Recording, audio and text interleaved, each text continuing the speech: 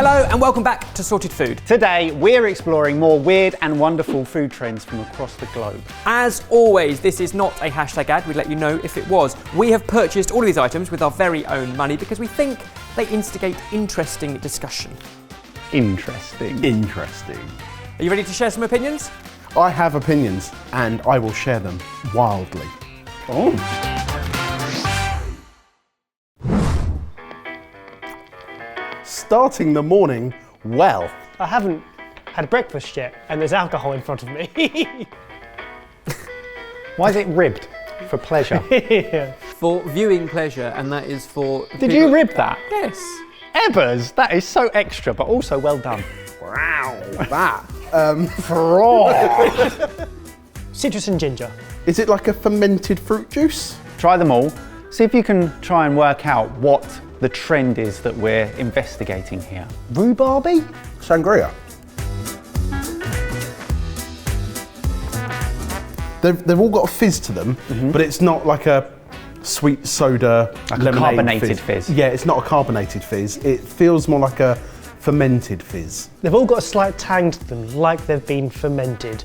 Do you like them? Yeah, I really like those. They don't necessarily taste alcoholic, but sitting here, I feel slightly more wild than I did before we started. These are 3 spirit drinks, the functional and healthier booze alternative designed by plant scientists and bartenders.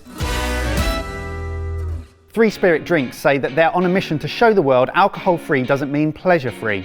After years spent in libraries, labs, bars and fields, we've created plant-based alternatives to alcohol that celebrate what you put into a drink rather than what you take out. Delicious. I'm confused by what you mean by spirit. Are these mixers? I think you can do all sorts of things with them. The recommended is where we've served them. So the front one, the nightcap, that is just over ice with the twist of orange. I've added the blood. The second one is with tonic and orange slice. The third one is with ginger ale and grapefruit. So the drinks have been featured in Forbes, BBC Good Food, Vice, and there are stats that suggest from Bacardi themselves that there's going to be a 400% increase in demand for low or no alcoholic drinks in the next 4 years. Love the branding. I love what they're trying to do. I think it's nice to have a few like alcohol-free alternatives at home, so you can mix it up a little bit. The nightcap especially, one that stands out to me that I think I would enjoy to wind down with. I'm quite surprised at how familiar, particularly the second one was, as sangria. That just tastes like sangria to me. Which is interesting because the flavours are watermelon, pomegranate. That particular one is served with tonic water, so it's got a slight, that's where the carbonation that you were tasting, that we added that. But it's got all sorts of other things that as a social elixir gets the party going, including lion's mane mushroom, yerba mate and damiana. They're sort of like marketed like elixirs and mood boosters and, you know, using all that sort of almost like mythical language. It's their botanical and alchemy bit that jumped out to me. And you can imagine a very natural, herby, spa-like design. I'm glad that I tasted them first because I really, really enjoyed them, and that would then make me want to go and buy them. I don't know if I would have done it the other way around. You said before you knew what they were giving you a buzz. Some of them are highly caffeinated. On a night out, they are giving you that without, as they claim, the calories. Very, very low calories compared to alcohol. And if you read through the active ingredients list on their website and actually dive in a bit, it's like reading a botany encyclopedia. It's fascinating. How much do you think one of these bottles is priced at? I'll go for my favourite, the nightcap, and I'd be happy to spend a tenner on that. So let's go a little bit higher and say £12. Well branded, high-end looking, nice drinks, £20 a bottle. So they are £25 a bottle. If you buy all 3, you get a saving of 10 quid, so it's 65 quid for all 3. 25 quid might be pushing it a little bit too far. It feels expensive. Do these quench your thirst, or do you rather be reimbursed? Oh, there's no doubt about it. They definitely quench my thirst. That really quenches my thirst.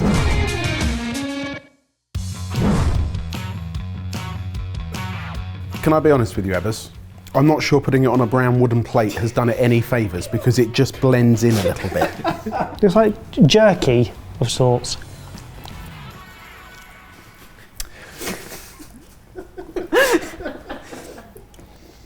Ebbers. Starts off like you're eating a piece of leather. Then it gets sweeter and some spices are released. And the aftertaste is lovely. There's a warmth, like a spice to it as well. Yeah, not jerky, but jerky-ish. This is King's Veggie Jerky. So based in the north of England, in York, it is a plant-based jerky. So it is also vegan, even though they put veggie on the packet. UK's leading supermarkets are selling some of this now. I'm not the biggest fan of the flavour, but weirdly, knowing what it is helps with that because I know what it's trying to aim towards, and therefore the texture makes a lot more sense. So noted in the Veg Economist, which is a vegan business magazine, as meat sales continue to decline, jerky made from plants is a growing category for food trends in 2021. Ebbers, you have something to say about that, don't you? Well, I mean, I haven't seen their data, but I've seen other data that suggests that meat sales continue to increase. Globally, maybe very regionally they're decreasing. What we are certainly seeing is a rise in vegan products, plant-based products, and even though we covered this a few weeks ago with Rudy's Butchers, there were so many comments and it was such an interesting topic that I think it's going to be one we're going to keep coming back to and covering it in a number of different avenues. Yeah, from a number of different perspectives too. Misfit Fox, I really loved you talking about how we should be steering away from the vegan healthy mentality, because actually sometimes it puts people off if they think they can't get their favourite comfort foods, and if you like regular jerky then you might miss out.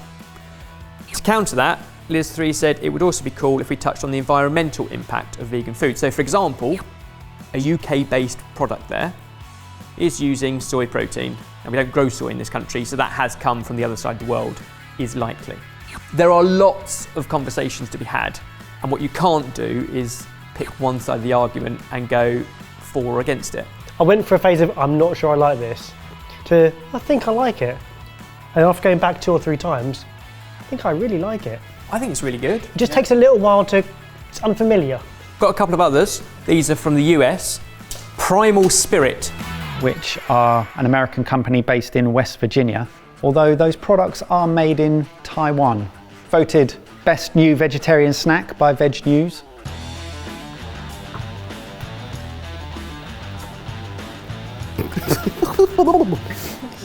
That is lip-puckeringly limey. Not in an untasty way though. What does jerky mean? I think it is the drying, curing process of slices of meat, and it is traditionally the flesh of an animal, and it is dried and cured, and often spiced, which is what you're getting, a lot of the spicing. Yeah. The brand Kings, started by 4 international England rugby players, do a variety of jerkies, one of them being Wagyu. So high quality grades of jerky do exist. Now let's talk about price. I'm going to go with £4. £4. That bag there, when bought as a box of 16, £2.10. Yeah. I'm really surprised at how cheap that is actually. And I think the Primal sticks are about the same, albeit slightly smaller. I keep going back for more. I've noticed. It's delicious. These products are an alternative, and it's only now that these alternatives are getting to the stage where they, in my mind, could be a viable alternative without me losing the pleasure, the enjoyment, the overall feeling that I would get from having the original version. Okay, I've got to ask you the question. Plant-based jerkies, does it make you twerky? As much as it might break the internet, I feel like it makes me twerky. Twerk it. No, because then they're the memes. Oh, we got them. Too late, mate. We're rolling. Oh, yes! Curry! That's not the trend. Oh.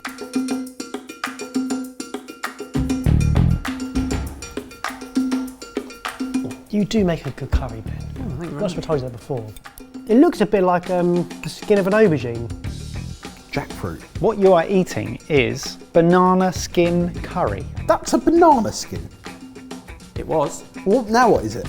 I soaked it in boiling water with a little turmeric and salt until that water goes completely cold. Takes a good hour or so.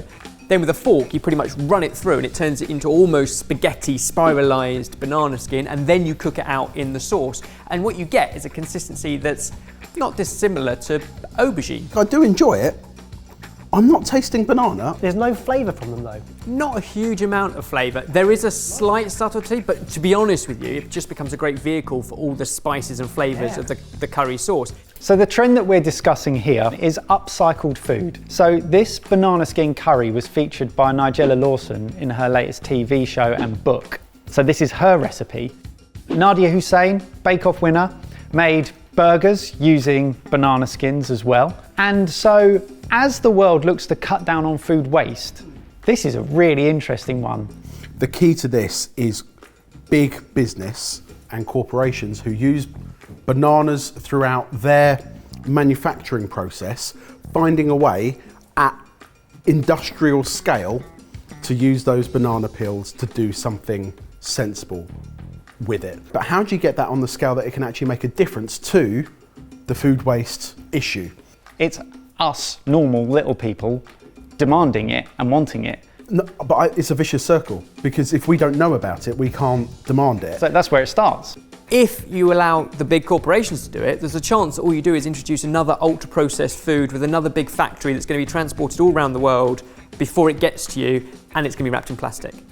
Now that has to happen as well, and it has to tick all the biodegradable packaging and responsible sourcing and all of that, but my opinion can't make a difference, doesn't work when there's 7 billion of us. If more people knew about that and tasted that, they would definitely give it a go. It's a really nice texture. I'd expect them to be a lot tougher and chewier, but I guess because they've been marinated and they've kind of broken down a little bit, they pull apart like a soft pepper.